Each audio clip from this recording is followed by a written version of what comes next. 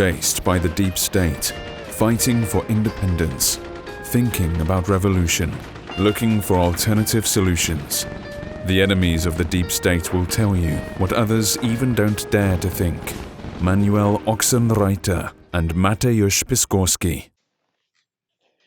Hello, hello, hello. This is the podcast, DieGutenMenschen, Public Enemies of the Deep State. My name is Manuel Ochsenreiter. I'm editor-in-chief of the German news magazine Zuerst. And on the other side is my friend and colleague Mateusz Piskorski from Poland. Hello, Mateusz. How are you doing today? Hello. Well, we are all suffering this summer without the possibility to go abroad to the countries we were used to travel to the places we were having our holidays before, yes? This is why we will do today a special topic where we will wake the feelings and the emotions for travel aims abroad, maybe for the next years for our audience. Yes, hopefully in the next years we'll all be able to travel abroad. Exactly. Yes, and it will be, I think that is what we can say already. It will be not Ibiza, it will be not Mallorca, it will be not Italy. I think we have some special aims. We have to tell the audience that we both prepared our top 5 lists of holiday aims for this podcast. Yes, the places which are fascinating, not only from the tourist point of view, but from the political and geopolitical as well. Because you and I, we are some kind of geopolitical hipsters. We go to places before they are cool. Yes, and we go to places which are perceived as the most dangerous and evil in the world, yes, as well. But they are also the most beautiful places. They offer the best food, the most interesting events. And I think if someone travels there and comes back, he is always the hero of his neighborhood because he has the best stories.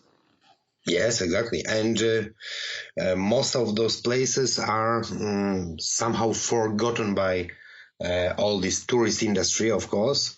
But still, it's quite possible for those willing to travel there, to get there and to organize themselves a good stay. Since we sent each other already our top 5 lists, let us start with number 1. And I'm very curious about your number 1 of your list, because it doesn't ring a bell.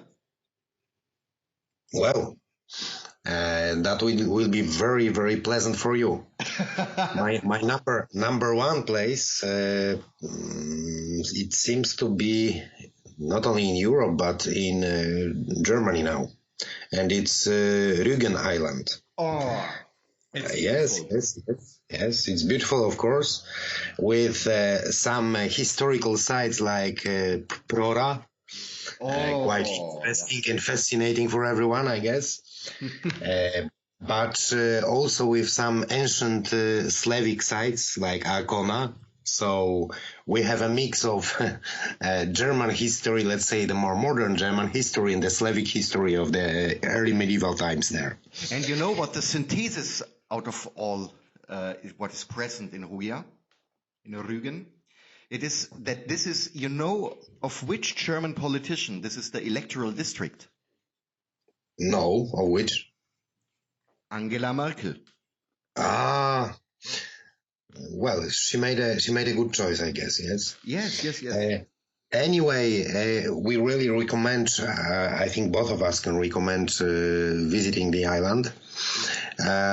Also, I mean, from the tourist point of view, I have noticed that it's very, very calm. Yes, without any thousands of screaming families with children and so on. It's rather visited by elderly people, yes? Yes. Elderly people with white socks in orthopedic gray shoes, as we say.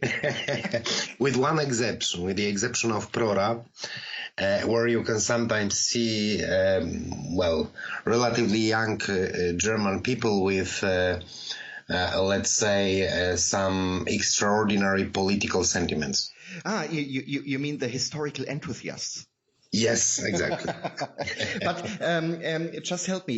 It was in Prora where this huge holiday compound is to be found, right? I think the biggest one in all European history, yes. As far as I remember, there's a building which is around 4.5 kilometers long. Yes, I was about to say how many kilometers. And we should tell it. It was the holiday home of KDF, right? Of Kraftung.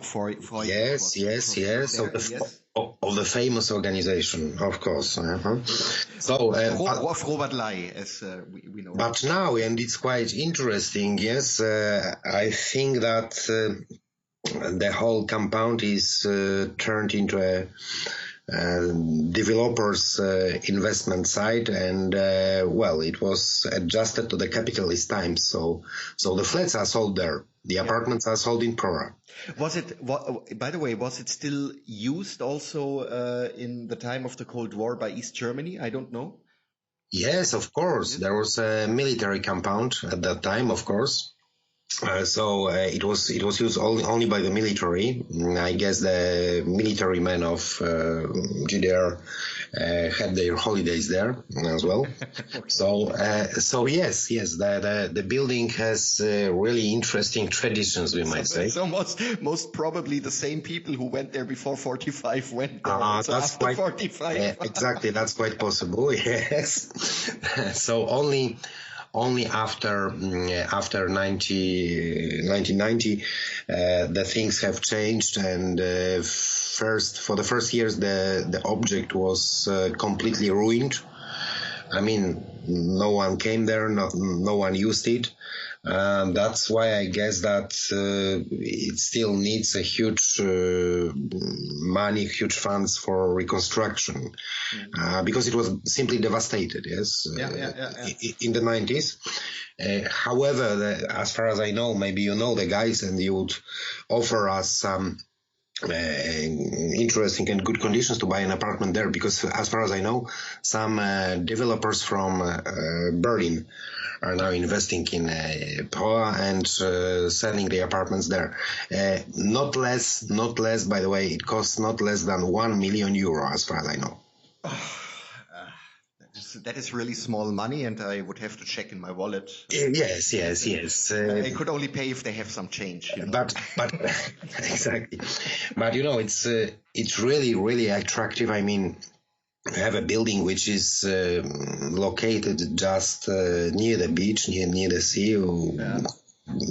Just from the building, you go to the beach and to the sea. So it's I think the only building, only tourist facility in Europe of such kind. Yes, I don't know other similar projects, other similar sites. That's why I think that, unfortunately for me, I guess that in some years it will be completely 100% controlled by the capitalist system, and it will be closed, because for the moment being you can come in, you can see also the devastated part as well, because I'm a big fan of abandoned places.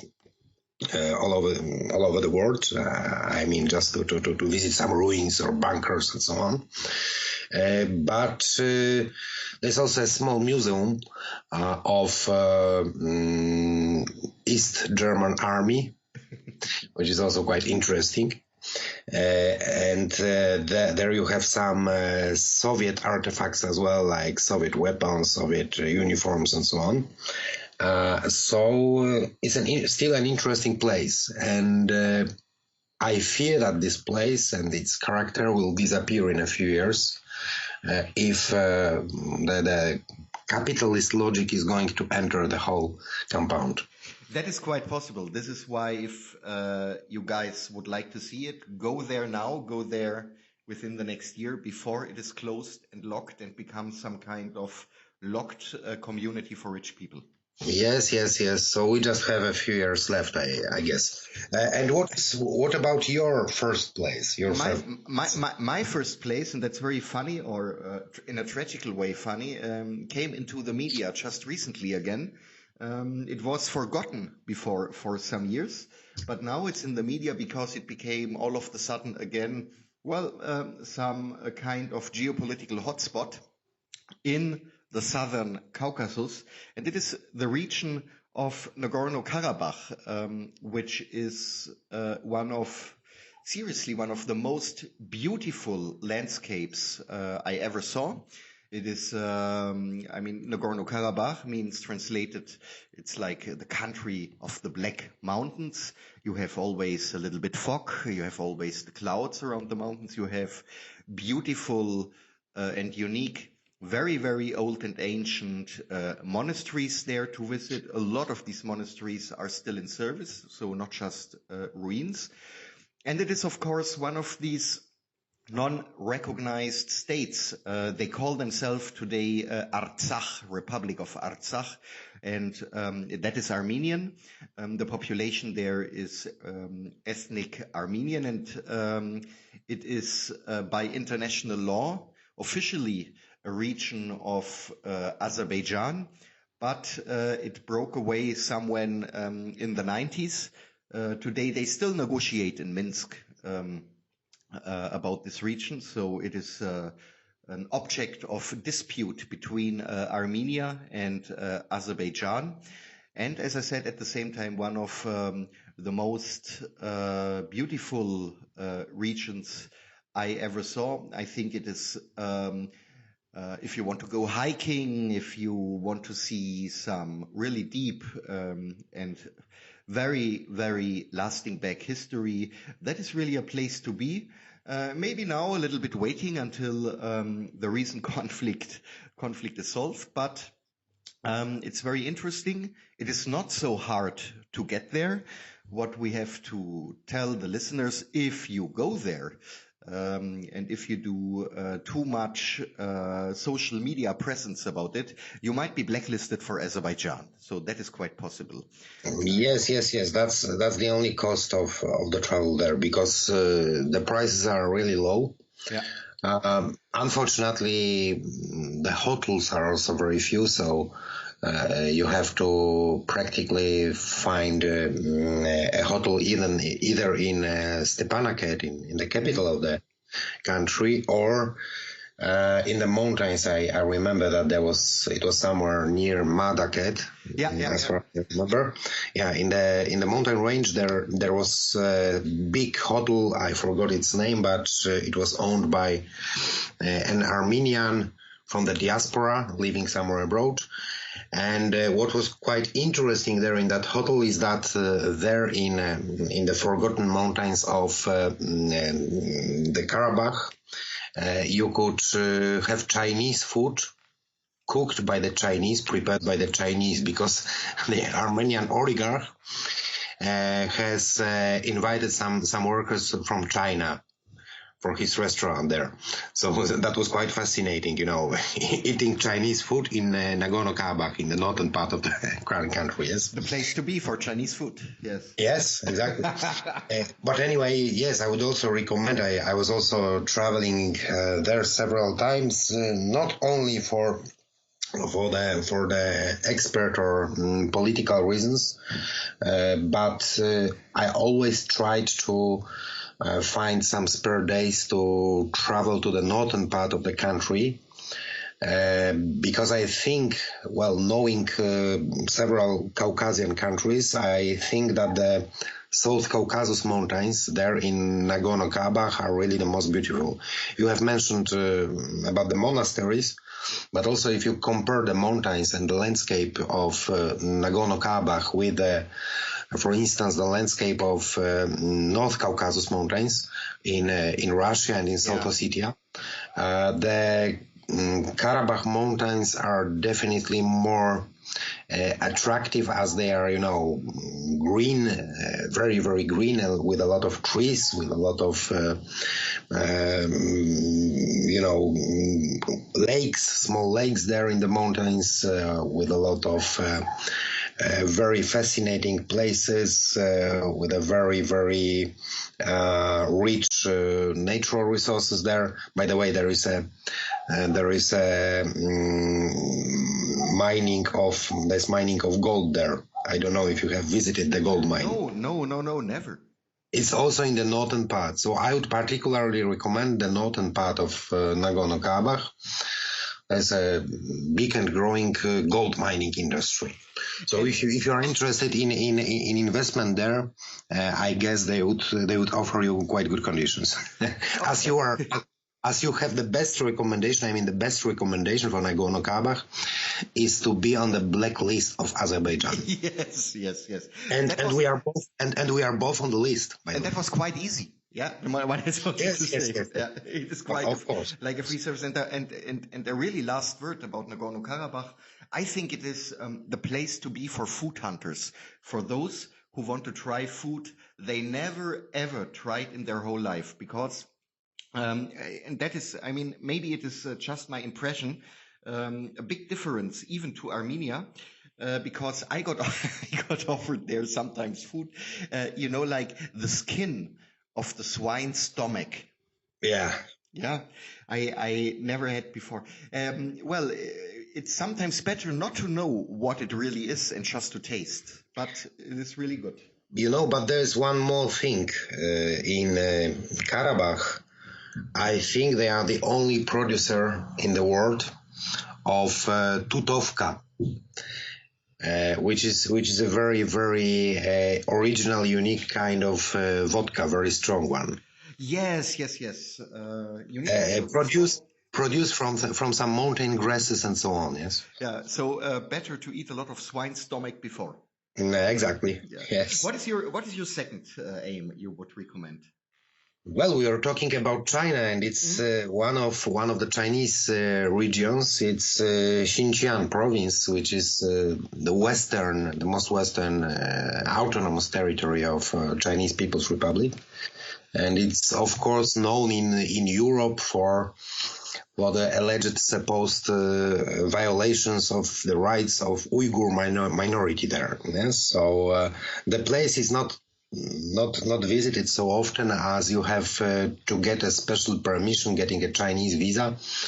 You have to get a special additional permission of the consulate to travel there, as it was for several years under very serious terrorist threat.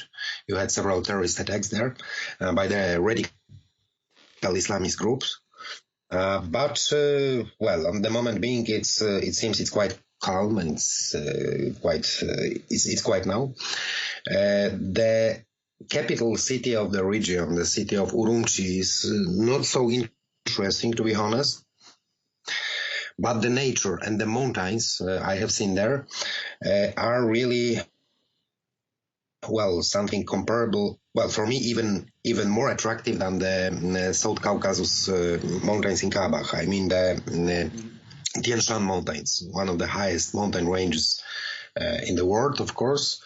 Actually, this mountain range could be also seen and visited in the neighboring countries like Kyrgyzstan, with their lake Issyk-Kul, one of the biggest lakes, and I think the highest mountain lake, with the exception of Peru and the Titicaca lake, yes. But in Eurasia, it's for sure the highest mountain lake. And traveling there, you can feel the touch of Eurasia, I think, exactly there in Tian Shan Mountains, as all this region and the mountain ranges are crossing the countries which are most important for thinking about Eurasia, because it's China, of course, Kyrgyzstan I have already mentioned, but also Kazakhstan. And then just over the border you have Russia with its Altai mountains and Altai region. Mm-hmm. So really fascinating place. If there are some things which might make you feel uncomfortable, it's just the checkpoints. But the checkpoints there, I have noticed, were existing only at the entrance to the big cities, mainly to the capital. Yes, And the Chinese, by the way, the people, the soldiers working on the checkpoints, or the policemen, I don't remember who was that, and the checkpoints were quite liberal. So they were just looking at the plates of the cars and letting practically everyone in. Yes, so I was about to say that is what we like. yes. I mean, also to check what's going on with the Uyghurs. I would recommend to all Europeans, all people from the so-called West, to visit the region, because you would also see with your own eyes that the Uyghurs are not at least so much discriminated as the Western media claim. Yes, you can see a lot of Uyghurs in the authorities, on the prestigious and high positions there. You can talk to a lot of Uyghurs on the streets. Of course, provided someone of them speaks English or another language you speak, because it's unfortunately very rare.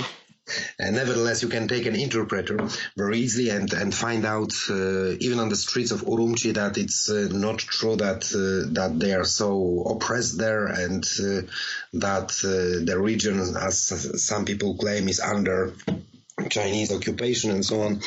Of course, it's a big topic to discuss for another geopolitical podcast. But anyway, just to make a short notice, I think that now the project of the so-called Great Turkestan, ranging from Turkey to Xinjiang, is over, as Turkey is not so willing to support the separatist movement there. So the situation is even more calm now than it used to be a few years ago. I highly recommend traveling there. I think it's one of the most beautiful places, not only in China, but in Eurasia. I will now summarize my next 3 aims, because these are all aims of beach clubs. Okay. Yes, and since I think a lot of our audience, they like beach clubs and beaches and beach bars and beach entertainment. And so they have all something in common. They are, I would say, all from the economic side affordable. Yeah, they have all a great service, all very entertaining, and in addition, very interesting. And I will start with the Latakia beach clubs. Latakia, as we know, is a Syrian city at the Mediterranean. Very beautiful. There is almost nothing to sense about the war in Syria. It is almost not to distinguish from beach clubs someone knows from Spain or from Italy. And as I said, it's very beautiful and unique. And sometimes, just very sometimes, one can hear the noise of war from far away. So like an artillery gun or so. But the rest is quite okay. I don't know. I think you have also been to Latakia yourself, right? No, unfortunately not. Oh. I was only in central Syria, so yes. You missed out. I have to see that. Yes, because Latakia itself is also very beautiful. You have there a lot of very beautiful, or at least some very beautiful, very old Christian churches you find there. It was, of course, historically a Roman part of the Roman Empire. You have old ruins from Roman times, even older. So it, of course, also from the Crusaders' age, quite a beautiful area to visit because of that. So you would have beach and culture, and all Westerners love that. Well, sounds great. I have to go there. Yes. And I think if, of course, I will put this all in the description of the video. There are even very beautiful videos and advertisements of the Syrian Ministry of Tourism about Latakia beaches. Oh, so they have a good PR division in the ministry, yes? The next little bit spicy beach to recommend is a very, very, very small part at the Black Sea. Almost nobody knows about that it is possible to go there. It is maybe sometimes not so easy, but it is, of course, in the disputed territory of eastern Ukraine or Donbass. But I think you heard about that. Yes, of course. Yes. So that is also a little bit of spicy territory, very, very full because all the people are going there, but it is the really, really small access of the People's Republic of Donetsk to the Black Sea. It's Or it's the Azov. city, yes, Yeah. Novoazovsk. Yes, Novoazovsk, I guess, yes. Exactly. And I mean, that corresponds very good with a visit to Donetsk to go there for a day, but one has somehow to register. I think they take care that the beach is not getting too full. It was very, very popular. And also, I think, a very, very unique experience. And the third beach club I would like to recommend, maybe in a country which is not so disputed, but it's a very interesting setting. Maybe you heard about it's the St. George Beach Club in Beirut.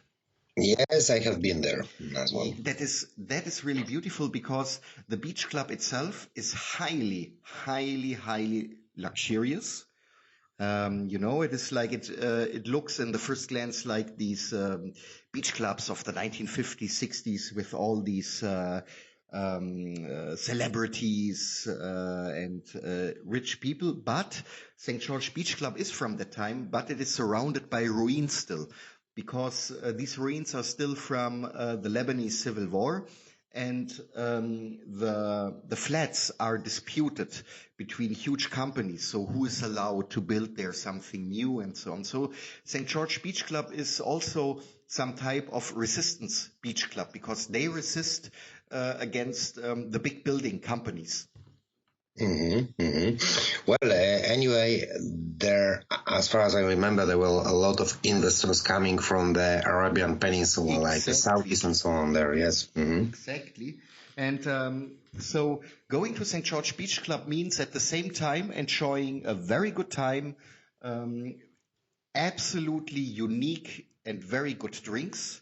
You can smoke your water pipe, your argile there, and at the same time doing anti-capitalist resistance. Yes. So you might join the pleasant with the useful for the goal, yes? Yes, you can come home in the evening, quite good tent, good entertained, you had very good drinks, but at the same time you were doing resistance. Yes. So. And that's the most pleasant feeling you can ever get, I guess. That is what we always are looking for. So what is your next? Well, you were talking about the seaside, the beaches. Well, I personally, I'm not a big fan of just lying down on the beach and staying there in the sunshine and having some drinks because it's I'm not so lazy to do so, yes, for the whole day, for instance, and I get simply bored on the most of the beaches of the seasides. Nevertheless, I have also some interesting places to recommend when it comes to the seaside, to the beaches. Also in the Mediterranean Sea, I would recommend Libyan beaches. Yes, unfortunately, it's not so safe to travel there now, as this part I would particularly recommend is Tripoli itself, and it's controlled, of course, by some, let's say, terrorist groups. But hopefully it will be liberated in some time, and we could travel there again.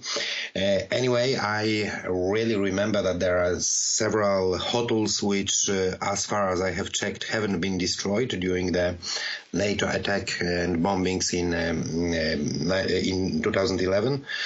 As well as they haven't been destroyed now during the war in Libya.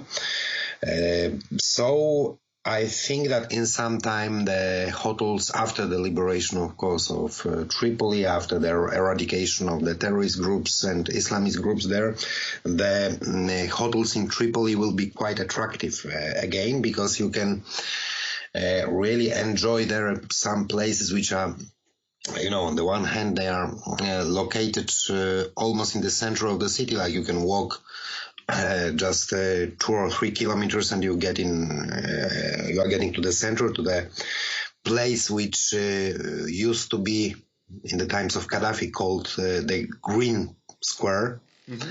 The Green Square, which was, I remember it from 2011, which was the most symbolic place for the resistance of the pro-Gaddafi movement against the intervention, against the NATO bombings and so on. So it was quite a historical place at that time. On the other hand, you have a some hotels, let's say from the 80s, from the 90s, but still quite modern, yes. And those hotels are located just practically on the beach, yes. So you can just come down and you are at the sea, and you can just walk and swim for some time, and so we have everything in one place. But when it comes to my memories from that time, it's quite interesting, because I was staying at a hotel during the NATO bombings. Mm-hmm. And I remember that, I was trying to sleep. Nevertheless, it was quite hard at that time, because there was a guy sitting just under my windows.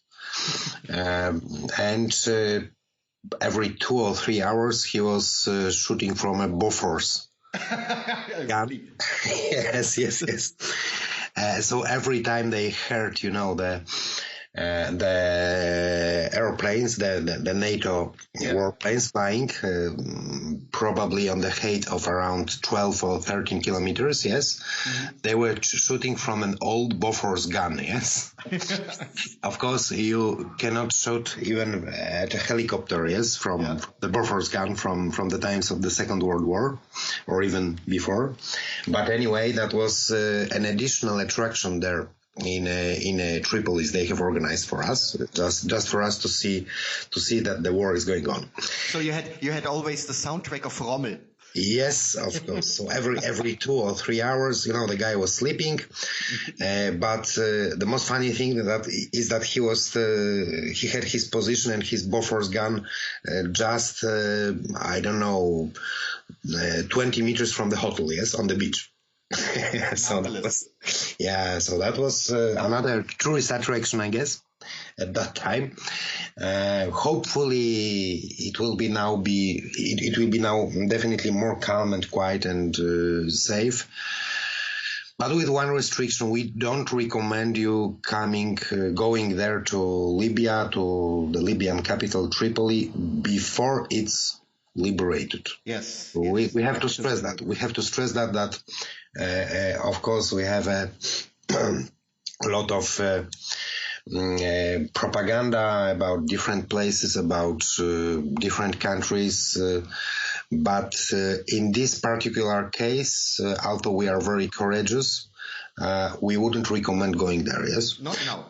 For a while, at least for a while. Hopefully the situation will change in Libya very soon. And if we are speaking about the seaside and the beaches, I would also, of course, and that's quite obvious, recommend to everyone going to the southern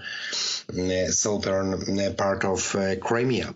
Mm-hmm. Which is one of the most attractive places. I don't have to explain that to you as well, yes. But and I think that some of our listeners have already been there. But anyway, it's something really very impressive. First, for those who have been to Crimea before in the Ukrainian times, let's say, we have to really confirm that there were a lot of investments in the infrastructure, and you can now really travel all the peninsula. You can see all the places there. You can travel by car as well in quite comfortable conditions. And there is almost nothing left from the corruption of the policemen, yes, on the roads from the Ukrainian times. Yes, so it's definitely better, as well as there are some new hotels and places to stay, new apartments. So we all know that the investment from Russia, but actually not only from Russia, but from other countries as well, it was so huge in 4 years, in last 6 years actually, since 2014, that the Crimea is completely different than it used to be in the so-called Ukrainian times. Yeah.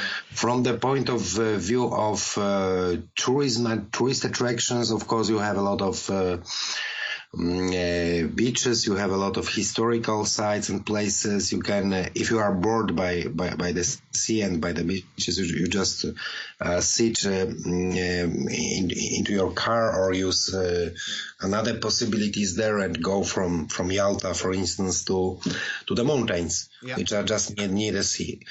So, or if it's too hot, for instance, at the sea, you just need around 40 minutes to go to the Petri mountain, which is located just over Yalta, yes, and it's really impressive.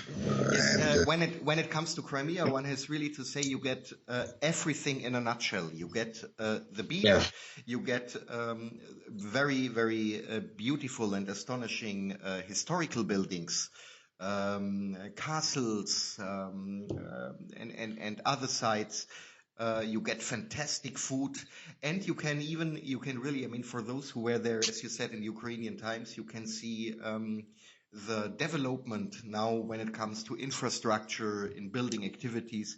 It is a little bit like Russia is right now trying to make 20 years of development in very short times there. Yes, exactly. So it's one of the most attractive places for tourism in Europe, I guess now, yes. And the same thing, I believe that Crimea will be somewhere, maybe in 10 years, maybe even later, really a very beautiful touristic hotspot. But if one wants to enjoy it already right now, I think he's getting everything under much better conditions. Definitely, yes. And also from our geopolitical point of view, it's quite important to be there for obvious reasons. Yeah. So my very, very last touristic aim is an aim of city tourism and cultural tourism. And I know that it is also now, maybe in our podcast, a little bit spicy, but it is the city of Breslau. I'm sure you know it. Well. The name sounds... Oh, yes. I just say it for you. Okay. Yeah. Thanks a lot, and you said it without any accent, yes? So Of course. I do everything to make you happy. But I mean, now beside all these old disputes about the territorial questions and so on, one has to say that what Poland actually did was the reconstruction of the old inner city is really marvelous when it comes to the cellar of the city hall itself, the markets around. It really looks like the city looked like before its destruction in World War II. And I can recommend, and that is now maybe really a little bit irritating to do that, but one can, if one wants to see how a center of old German medieval business town looked like, I strongly recommend to go to Breslau and to check out the inner city, because it's marvelous. And in addition, you don't have there all these negative points, what you see in old cities in West Germany or in East Germany. You know, I mean, Poland is not so attractive for migration from Africa or from the Middle East countries. So you are not bothered at every corner by someone who wants to sell you some kind of Rolex imitate watch or Ray-Ban sunglasses imitates. So you can really enjoy that. So it's really highly recommended to everyone to visit that city, and especially the old town. But I have to disappoint you because Wrocław is a city with the highest number of immigrants. Seriously? From Ukraine. Yeah. So for you, for instance, they might be not so easy to distinguish, yes, from the local population. But anyway, there's around 10% of the whole population of the city,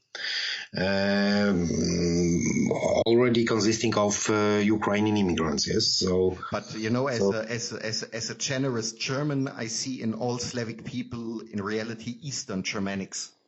I see. Okay.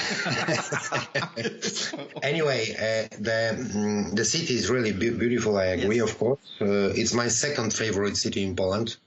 You know which one is the first one? Stettin. Of course. Yeah.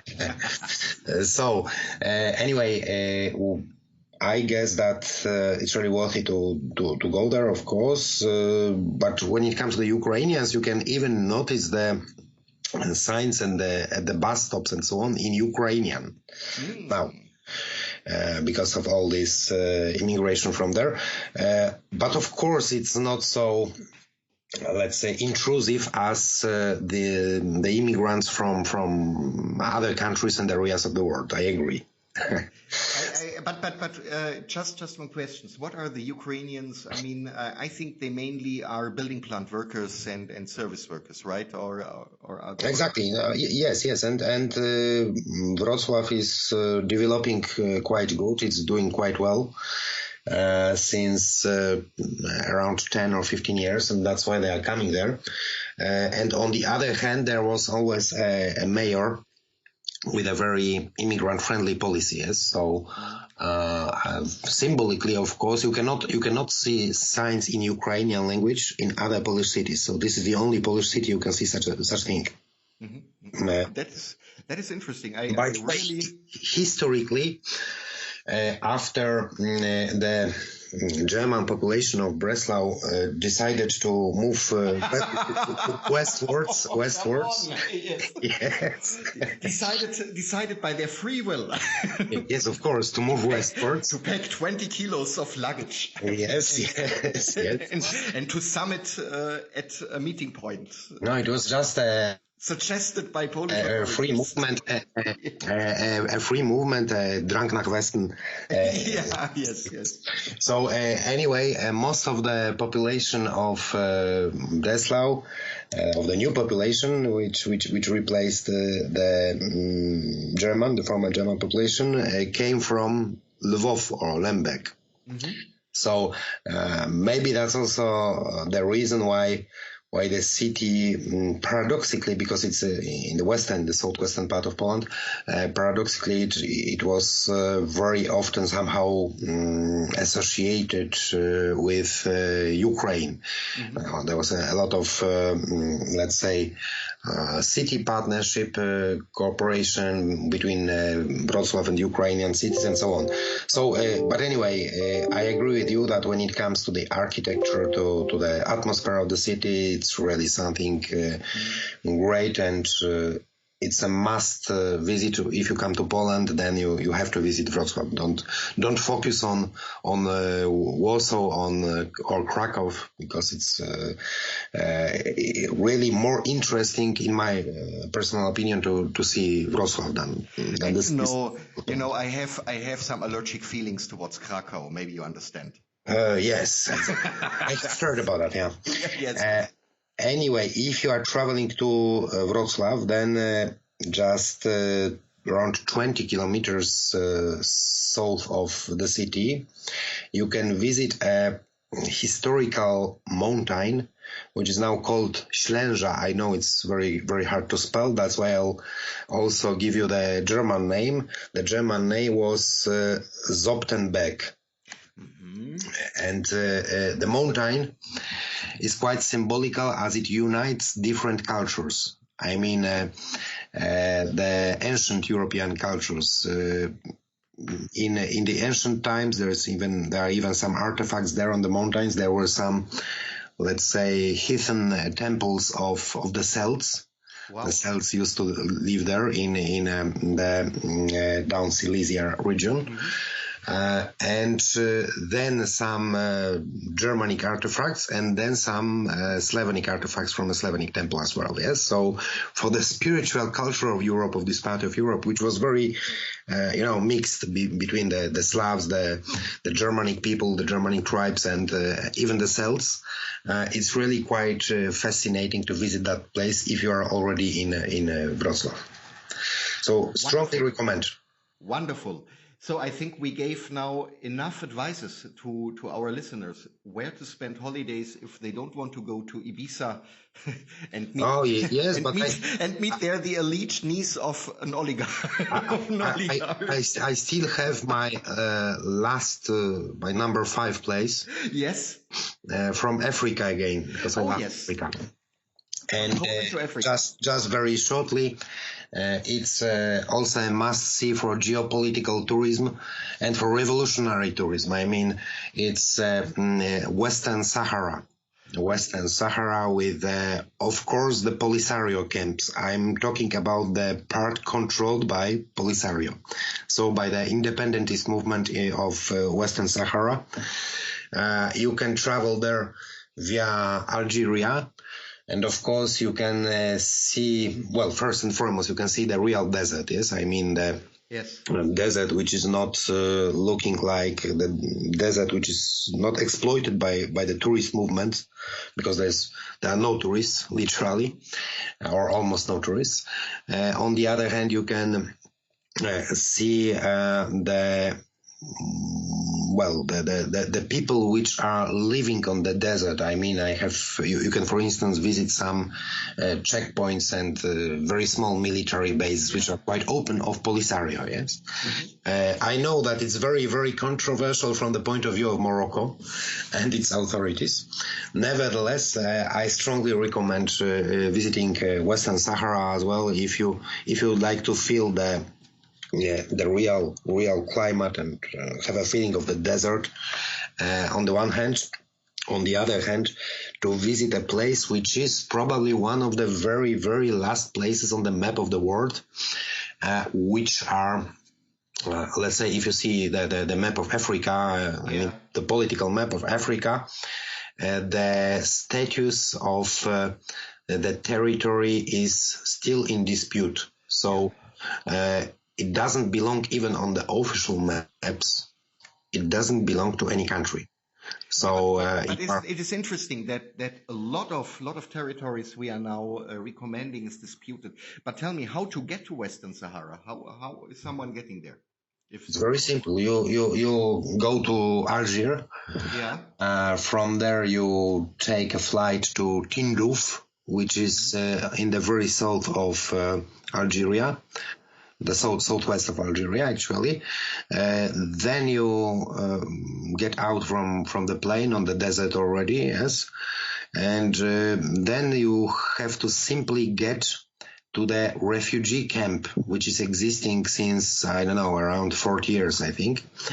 Refugee camp Tindouf, which is actually not a typical refugee camp, but it's, let's say, a small city of Western Sahara people of the Polisario, but still on the territory of Algeria. Yeah. Okay. But just around 20 kilometers from there, you just get a car from Tindouf, and you are passing without any problems because the border is not controlled. So you are just passing the territory of Western Sahara, and you can travel on the territory of Western Sahara to the point where you see a huge wall, the GEM, the second biggest construction, the second biggest wall in the world, which is also like the Chinese wall, the Chinese Great Wall, which is also possible to be seen from the satellites, yes? Yeah. Looking on the Earth. It's a relatively new construction by the Moroccan army, of course. But anyway, on the other side, you have the Moroccans already, yes? So, you can also visit Western Sahara from the Moroccan side, but I don't think it would be so attractive because there's nothing extraordinary in that. Yes, it's just a territory which is really controlled by other country. And here in this small piece of Western Sahara, which is run by Polisario, it's something completely different. It's not a state, of course. It's a place without population because the population lives in Tindouf, so in the neighboring Algeria. So you can see really abandoned places, abandoned desert, and brave, courageous people living there in very harsh conditions. I mean the soldiers, or the fighters of Polisario. So I also strongly recommend. Yes. So I really strongly recommend that, and I guess that it's also a kind of mix. On the one hand, you can of course visit some places which just because of the landscape of the desert are very attractive for everyone. On the other hand, you feel the revolutionary spirit of Polisario, of one of the last existing revolutionary movements in contemporary Africa. So let us summarize. So many disputed areas. We have Nagorno Karabakh. We have the Donbass. We have Western Sahara. We have Crimea, and we have Breslau. Now that last one was. Oh, okay. then I would say that, and we had Rugen, which used to be called Rugia in Polish. Yes, I never heard about. But I think we gave now a lot of advices and a lot of hints, and there will be for sure a lot of links also in the video description. And if some of our audience would decide to go there and share with us their impressions, I think we would be very happy. Yes, and in the future we are able and willing to organize a tourist office for such travels, yes? Absolutely. For when we are getting old, we could do that. Yes, of course. Okay, it was a pleasure again to talk to you today, and it was really, I think we were spreading a little bit holiday feelings today. Yes, and please, if you are still closed in your countries, like most of our, at least European listeners are, you can just, virtually travel to the places we have recommended to you and see and read something about them, and perhaps think about traveling there, getting there next year. This program was presented to you by Manuel Ochsenreiter and Mateusz Piskorski, the hottest dissident who won't violate any time the global rules against racism, extremism, or any other bad isms.